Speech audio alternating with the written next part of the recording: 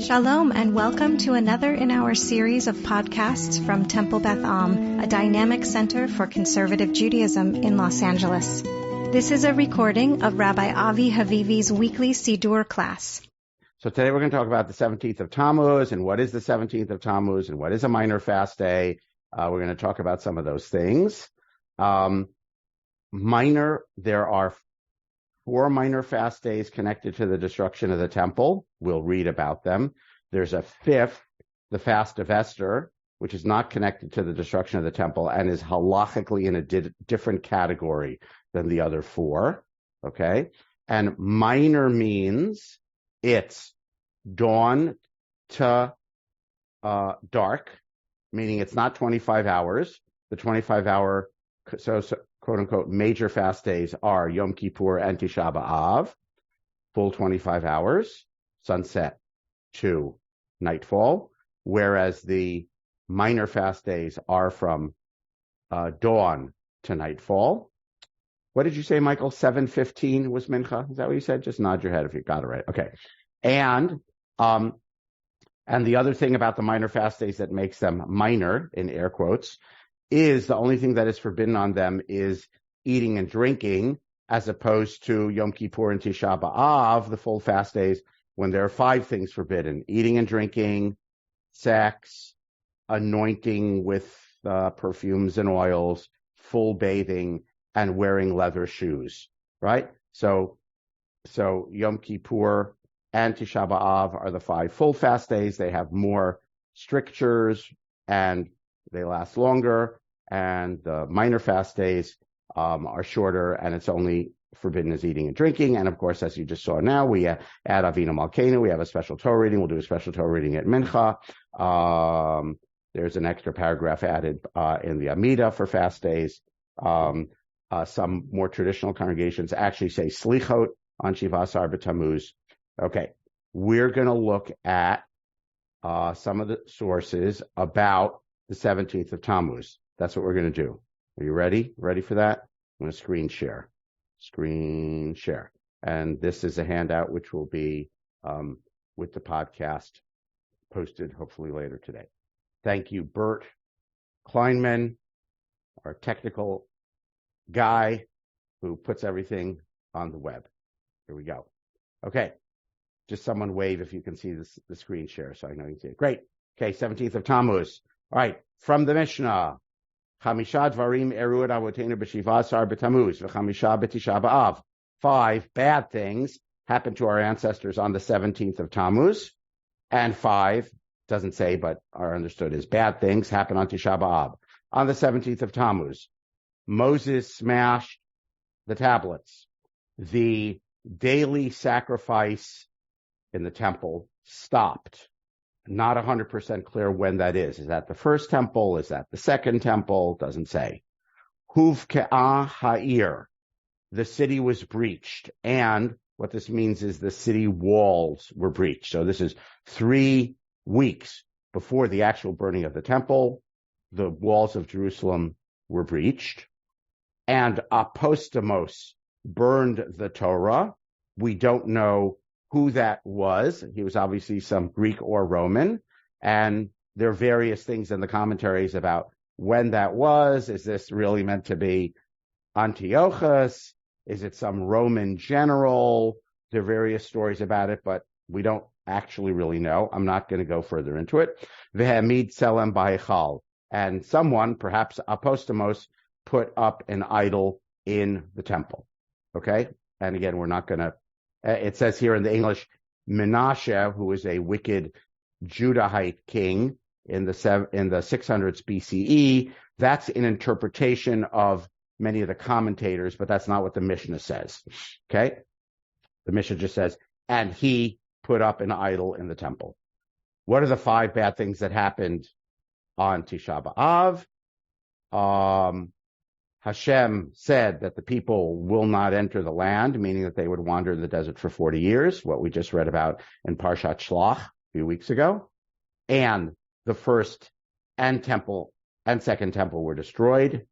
And Beitar was captured. This is the city in Judea. And the capturing of Beitar in Jewish memory of history, represents the putting down of the Bar Kokhba rebellion, which was 132 to 135 of the Common Era.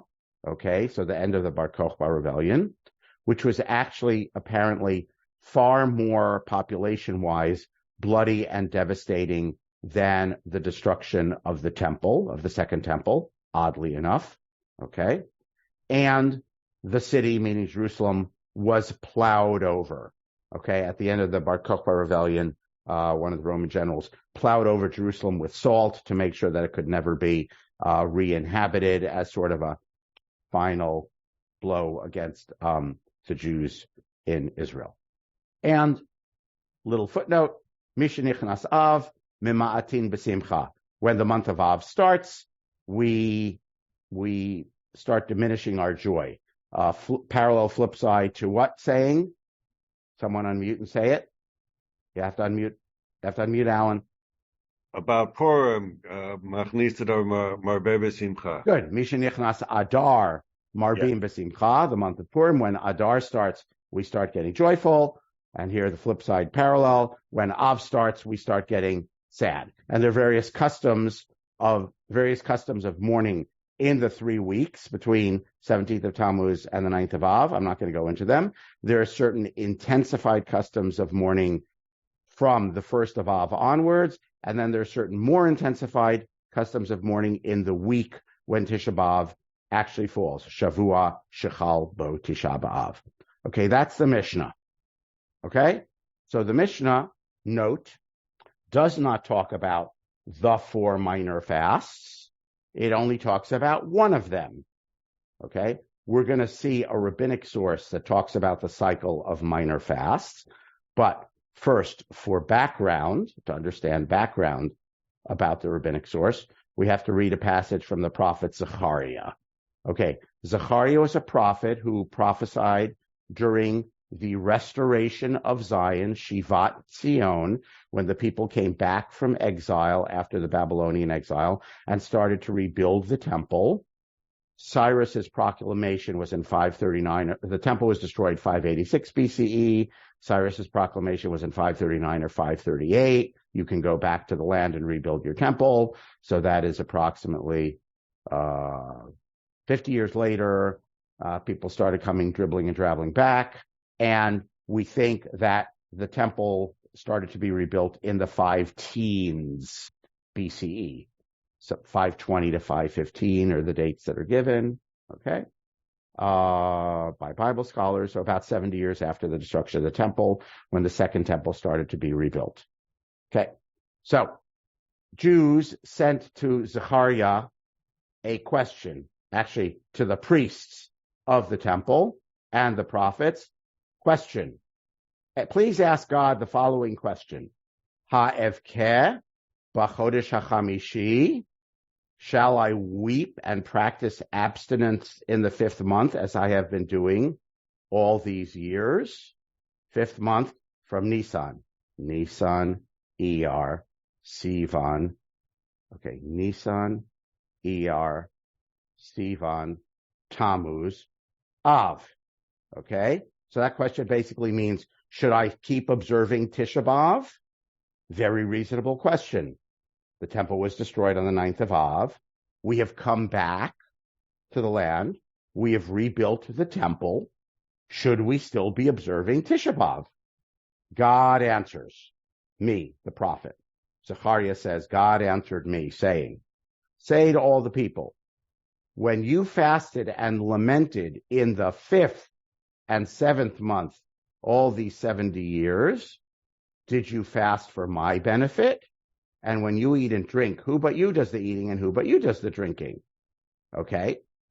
God, a good Jew, answers a question with a question. They say, should we keep fasting? And Hashem says, oh, while you were fasting, do you think I was fasting? Now, there could be various interpretations of that passage. It could mean you were sad, but I wasn't sad. Or it could mean ritual things that you do are human things. They don't really pertain to God. at all. So we could have a whole discussion about what God's rhetorical, unclear answer means. We're not going to, because we don't have time for that. But notice he's talking about now the fast of the 5th and the 7th month. So let's figure out what that would be. Nisan, first month. Nisan, Sivan, Iyar, Sivan, Tammuz, Av, that's the 5th month, that's Tisha B'Av, Elul, Tishrei, that would be the 7th month. So what would be the fast in Tishrei? What do you think? Yom Kippur. Yeah. Or if they're asking about something pertaining to the destruction of the temple, Tzom Gedalia. Yeah. Okay. And what is Tzom Gedalia? We'll see that. We'll read about that in a moment. Okay. So God's non-answer is, oh, you were fasting. Do you think I was fasting? And then, notice this is from Zechariah, 2 different chapters. And then later on, Zechariah adds another prophecy from God that perhaps fills out this non-answer a little bit more. God spoke to me saying, Tzom ha'revi'i, v'tzom ha'chamishi, v'tzom ha'shavi'i, v'tzom ha'asiri. Now we have 4 fasts. The fast of the 4th month, which would be today, Shivas Arba Tammuz, 17th of Tammuz, and the fast of the 5th month, which would be Tisha B'Av, and the fast of the 7th month, which could be Yom Kippur, or it could be the fast of Gedalia, the 3rd day of Tishrei. I think it is the latter. And the fast of the 10th month, which is Tevet, the 10th day of Tevet. Now, how do I know that? The Talmud is going to explain all that to us when we look at a Talmudic passage in a moment.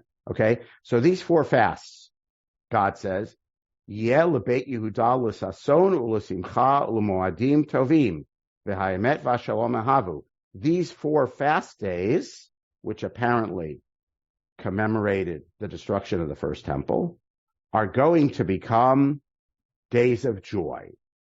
Unclear if God means right now in the rebuilding of the Second Temple era or on some future time.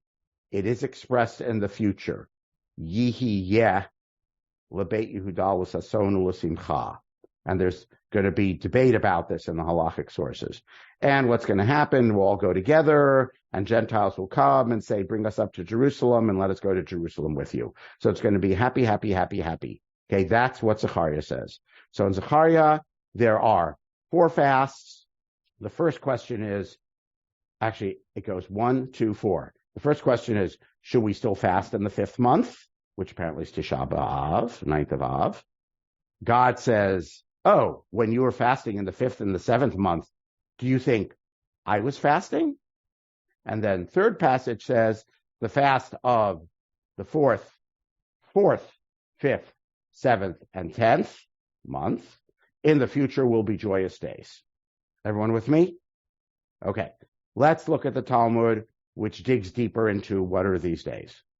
From Rosh Hashanah, the reason it's in Rosh Hashanah is because it has to do with the declaration of the new month, and there are certain new months for which runners are sent out from Eretz Yisrael to the diaspora to tell them, was the previous month 28 days or 29 days, because the lunar month is 28 point something days. And so the diaspora, they needed to know when was Rosh Chodesh so they could know when the festival was, okay?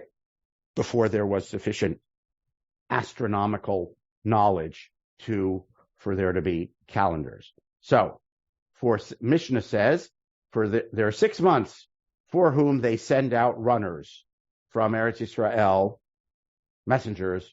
It was a relay. They didn't run all the way to Babylonia themselves. Okay, they sent relays, but it started out on Rosh Chodesh to tell them today is the new month, what day is the new month, so that they could calculate when the holiday fell, right? It says why, because the holiday. Nisan, because they need to know when Passover was. Av, mipnei hata'anit, they need to know when the fast day was. Elul, because they need to know when Rosh Hashanah was. Tishrei, because they need to know all of the festivals, which means, right, it sets the calendar for the whole year. Kislev, because they need to know when Hanukkah would fall. Adar, because they need to know when Purim would fall. Ukeshehaya Beit Hamikdash Kayam, when the temple was still standing, they would actually go out on ER because of Pesach Sheni, minor Passover, 14th of ER, people who missed out on Passover because they were a long distance away from the temple, or they were in a state of impurity, and they couldn't observe the Passover on the 14th of Nisan, would observe it a month later on the 14th of ER. That's a law that we also read in the book of Numbers a few weeks ago. Okay? So these are the months. That's what the Mishnah says. Okay, by the way, we're going to go up till 9 o'clock today. All right. Mishnah says, V'leip kunami at Tammuz v'Tevet. Why don't runners also go out for Tammuz and Tevet? Okay. Why should they? As Rav Chana Bar Bizna says, Rabbi Shimon Chasida said, what does it mean in Zechariah when God says the fast of the 4th and the 5th and the 7th and the 10th will be, right? This is the one passage in the Bible that mentions a batch.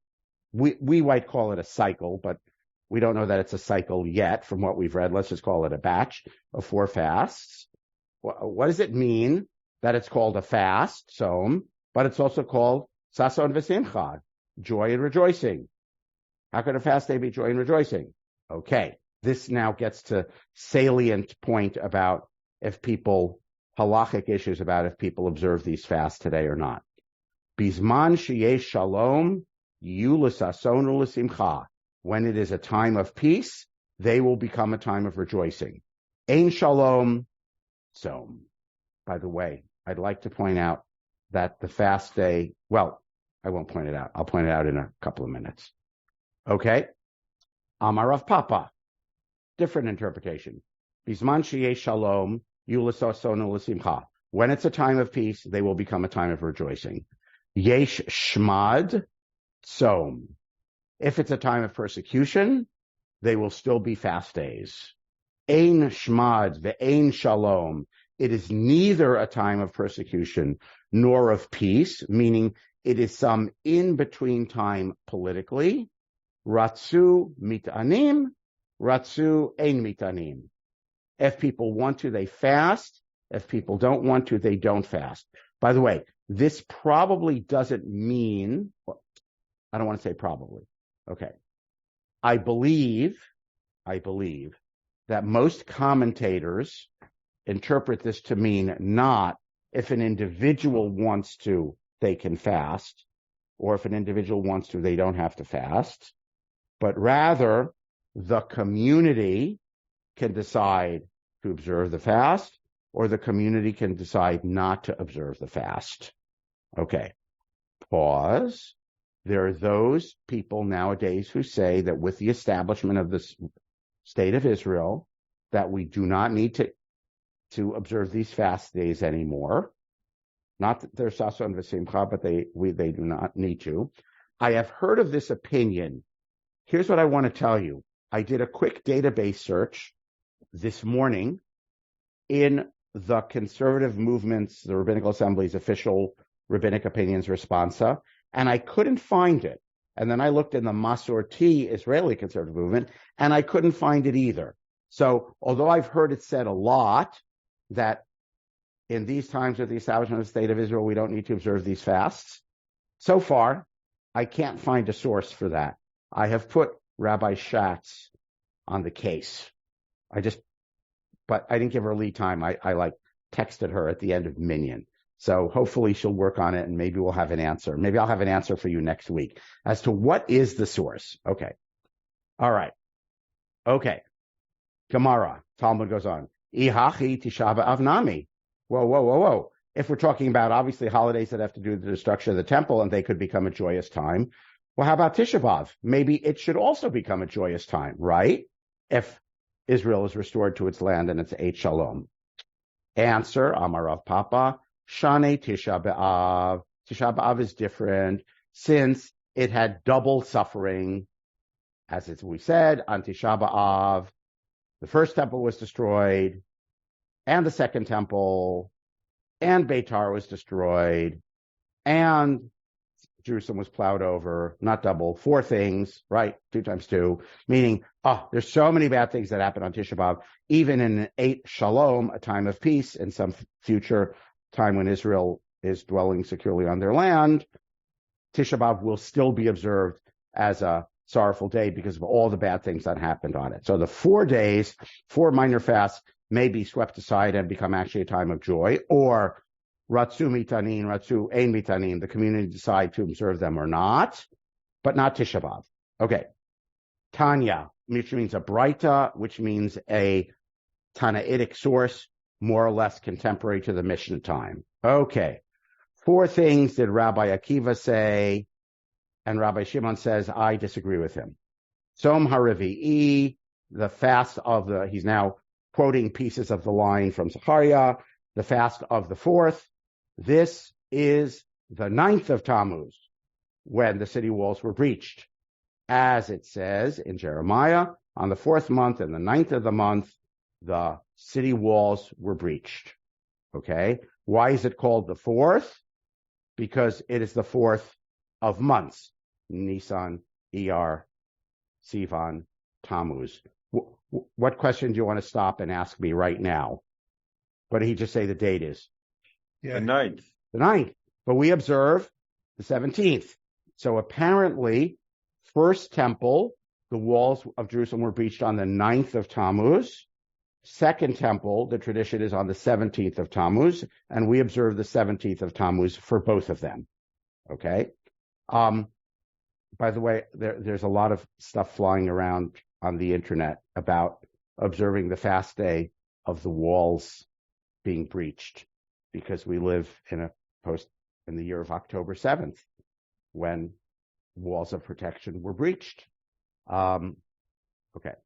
Tzom HaChamishi, the fast of the 5th, this is Tisha B'Av, because this is when the temple was burned. Why is it called 5th? 5th month. Okay. 7th month, this is the 3rd of Tishrei, right? Meaning what we call Tzom Gedaliah, the fast of Gedaliah, because on that day, Gedaliah, when Achikam was killed, who killed him? Yishmael ben Yetanya. All that is written about in the 2nd book of Kings and in the prophet Jeremiah. Okay.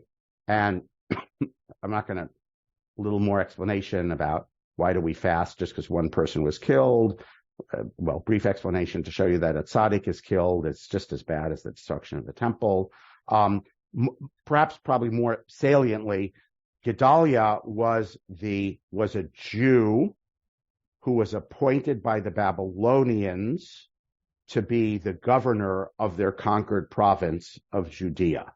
So Gedaliah was a Jew who worked for the Babylonians, and he was assassinated by another Jew who presumably saw him as what we would call today a collaborator. Okay, so this is part of the story of the whole loss of sovereignty in First Temple times. I'm not going to go into that further. Why is it called Fast of the 7th month? Because it's the 7th month, Tishrei. Fast of the 10th, this is the 10th of Tevet, when the siege was when the king of Babylonia established the siege against Jerusalem. Okay, why is it called the 10th? Because it is the 10th month.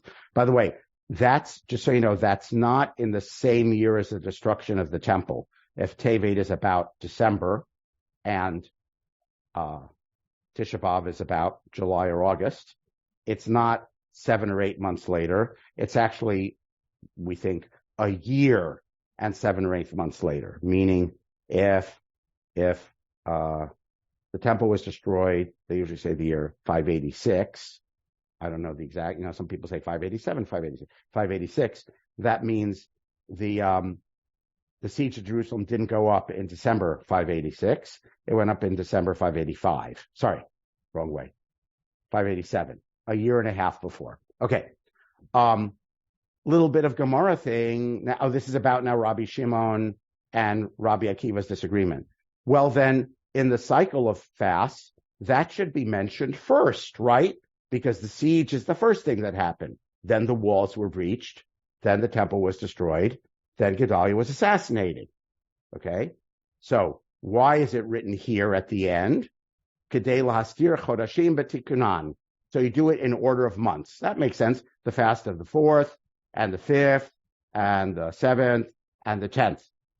Va'ani eini omer kein. This is Rabbi Shimon speaking now. He said, that's what Rabbi Akiva says, but I disagree.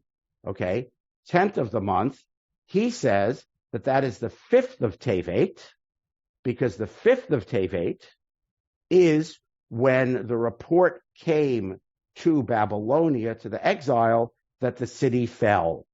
In other words, I'm sorry, I think I'm quoting, Rabbi Shimon doesn't say this. I think Rabbi Akiva says this. No, Rabbi Shimon says this. Okay, sorry, take it back. Rabbi Shimon says, no, I don't think the 10th is the establishing of the siege. I think it would go in order, and thus the 10th is when word arrived in Babylonia, 5 months after the destruction, that the city fell. This is in the book of Ezekiel about when word arrives on the 5th of the month, 5th of the 10th month, says Rabbi Shimon. Okay, and Rabbi Shimon says, and I think my interpretation makes more sense than Rabbi Akiva's, because according to my interpretation, it all goes in historical order, right? Fast of Tevet is the last. Everyone followed that because word came to Babylonia about the destruction, after the assassination of Gedaliah. And according to his reckoning, says Rabbi Shimon, about Rabbi Akiva, according to him, the 4th one in the list is actually the one that happened first in history. And that doesn't make any sense. Okay? He goes in order of the months, and Rabbi Akiva counts in order of the months, his interpretation. I count in order of when the bad things happened. So to me, says Rabbi Shimon, my reckoning makes more sense. Okay. I'm going to stop sharing. So, and I will stop within a minute. So I would just say, regardless of what your personal practice is about today, I would encourage people to be mindful of walls that are up for protection, walls that are up for isolation, what it means for a wall to fall, and as we are urged to do on all of the fast days, donate to tzedakah it's what averts the evil decree, teshuvah and tefillah and tzedakah, examination of our deeds, spiritual communion with God, and acts of righteousness to help minimize or decrease the severe decree. So I urge everyone to think about what are acts of righteousness that you might do today, whether it's actually, tzedakah, money donations, or others that somehow respond to this day, which commemorates the breach of the walls. Next week, back to Maimonides.